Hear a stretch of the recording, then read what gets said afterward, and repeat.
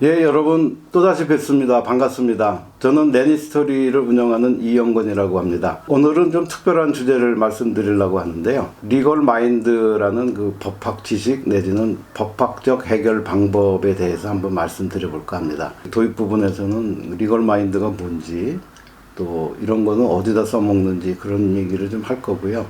그 다음에 이제 이것이 다른 학문들, 특히나 이제 경영학이나 이런 일상생활에 살아가는데 그런 데하고 어떤 게 다른지에 대해서 한번 차이점을 한번 같이 알아보고요. 마지막 결론 부분에서는 리걸 마인드라는 것을 가능하면 제 생각에는 많은 사람들이 갖고 있으면 좋겠다. 그런 생각을 했기 때문에 일단 그거를 결론으로 잡고 얘기를 마무리할까 합니다.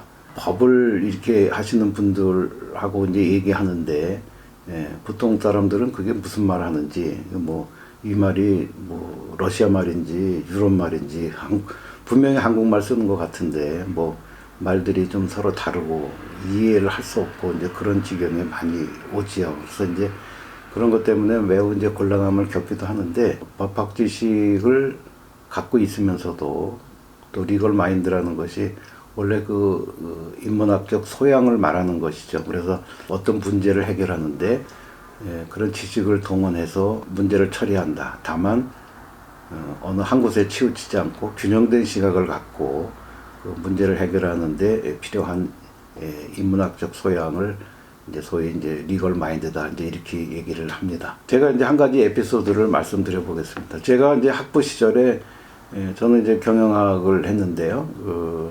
언론 시간에 보시면 중간고사, 기말고사 이렇게 보지 않습니까? 그런데 항상 선생님께서 내주시는 게 이제 경영자의 사회적 책임에 대해서 논하라 이제 그런 얘기들을 이제 예상 문제는 늘 나왔던 문제였던 것 같아요. 지금 생각해 보면. 그런데 이제 그런 거 쓸 때 보면 이제 저도 그랬지만 많은 이제 같은 제 동료들이 1 서론, 2 본론, 3 결론 이제 이렇게 썼던 기억이 납니다. 반면에 이제 제가 이제 그 옆에 있던 이제 법과대학에 교양 과목을 하기 위해서 이제 민법이나 행정법 이런 거를 공부하러 가게 되면 거기는 또 법학 소적들은 또 보는 방식이 또 다르더라고요. 경영학 책하고는 좀 달라서 1 의, 2 요건, 그래서 쫙쫙쫙 쓰고 3 효과 이렇게 쓰는 걸로 해야지만 좋은 점수가 나오더라고요. 그래서 이게 같은 세상 살아가는데 어느 쪽은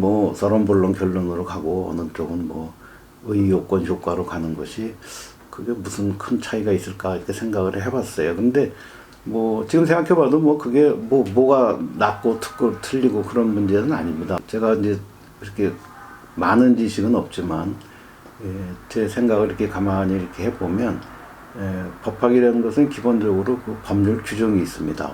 민법, 형법, 이런 소송법이나 심지어는 헌법재판소에 관련된 얘기들을 하는 물론 이제 그 전문들도 있고 또 법을 둘러싸고 있는 법학이라는 것이 정치학이나 이런 쪽하고도 아주 밀접한 관련이 있기 때문에 정치나 이런 쪽을 떠나서는 법학이 생존하기도 어렵지만 독자적인 법학의 영역에서는 법률 규정 내지는 조문을 해석하고 그 조문을 어떻게 좀 넓게 보느냐 아니면 좀 좁게 보느냐 그 차이에 따라서 여러 가지 이제 차이점들이 많이 발생하죠. 쉽게 말하면 법률 규정은 정해져 있지만 그 규정을 실제로 판단하는 것은 이제 법원의 역할이고 또 법원이 다 하지 못하는 여러 가지 해석상의 차이가 있을 수 있고 논쟁거리가 되는 것들은 이른바 이제 학설이라고 해서 나는 이렇게 본다. 또 어떤 분은 나는 이렇게 본다. 그래서 다수설, 소수설 내지는 제1설, 2설 이런 식으로 나누시는 것들이 이제 법학에서 이제 많이 쓰이죠. 경영학은 조직의 문제를 숫자나 함수 그리고 상식적인 언어로 풀어나가기 때문에 무한한 상상력이나 아주 창의적인 머리가 상당히 중요합니다.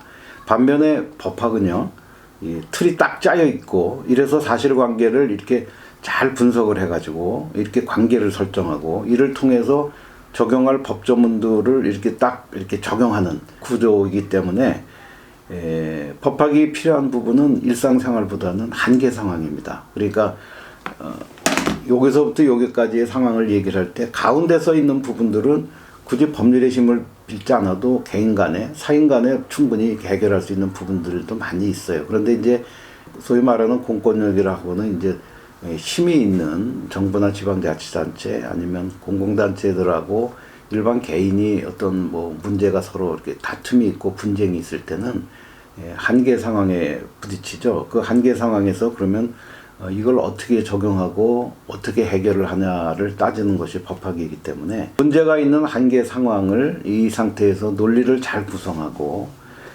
자기 주장을 마음껏 하는 분들한테는 법학이 상당히 유리하다고 합니다. 이런 법적 마인드가 이렇게 하루아침에 생기는 것은 아닙니다. 물론 유명한 뭐 법학과를 나왔든 아니면 심지어는 뭐 로스쿨을 다니시는 분이들 하더라도 바로 이렇게 리걸 마인드가 이렇게 바로 이렇게 생기지는 않는다고들 보통 얘기들 하십니다.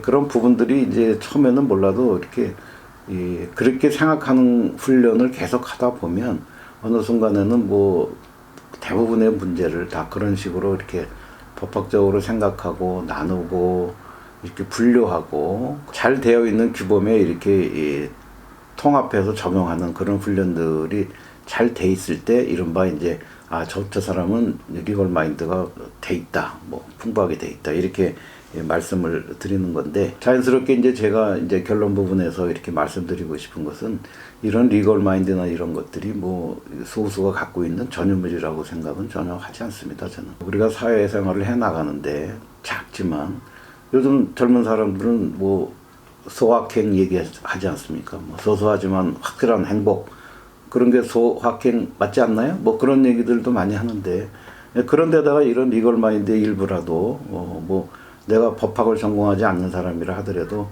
내가 세상을 살아가는데 또 새로운 또 하나의 내가 이렇게 장착할 수 있는 무기 내지는 이런 일을 하시는 분들하고 충분하게 이렇게 대화를 할 때 저분이 지금 아까 말한 러시아 말 같은 거 하는 게 아니고 잘은 모르지만 대충 이 정도의 선에서 뭐 어떻게 하라고 얘기를 하는 거구나 이제 이런 생각을 하시면 훨씬 그 얘기를 풀어가기가 좀 쉽지 않나 이렇게 생각을 합니다. 특히나 자신의 법적인 문제를 자신이 풀어가는 거 굉장히 중요합니다. 하지만 다 그렇게 할 수는 없지요. 그렇기 때문에 이제 법률 전문가들을 찾고 이제 그러시는 것인데 그렇다 하더라도 개인이 이런 부분들에 대해서 어느 정도 이렇게 좀 참신하게 생각을 하시고 이런 거를 어떻게 하면 좋은 것인가에 대해서 조금이라도 관심을 가지시면 저는 개인적으로는 사회생활을 해나가는데 큰 도움이 된다 이렇게 생각을 합니다.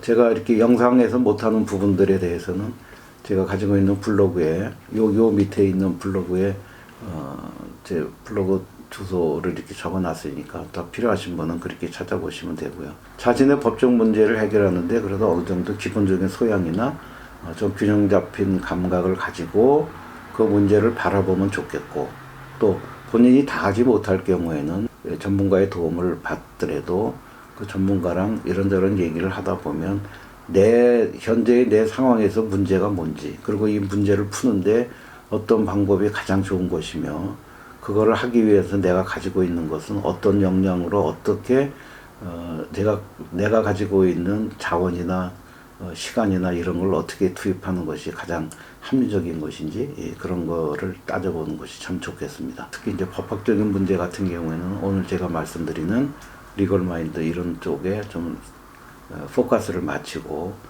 그렇게 하시면 좋겠다 이런 말씀을 드립니다. 오늘 영상은 여기까지 하는 걸로 하겠습니다. 좋아요를 눌러주시면 제 영상을 만드는 데 큰 도움이 됩니다. 감사합니다.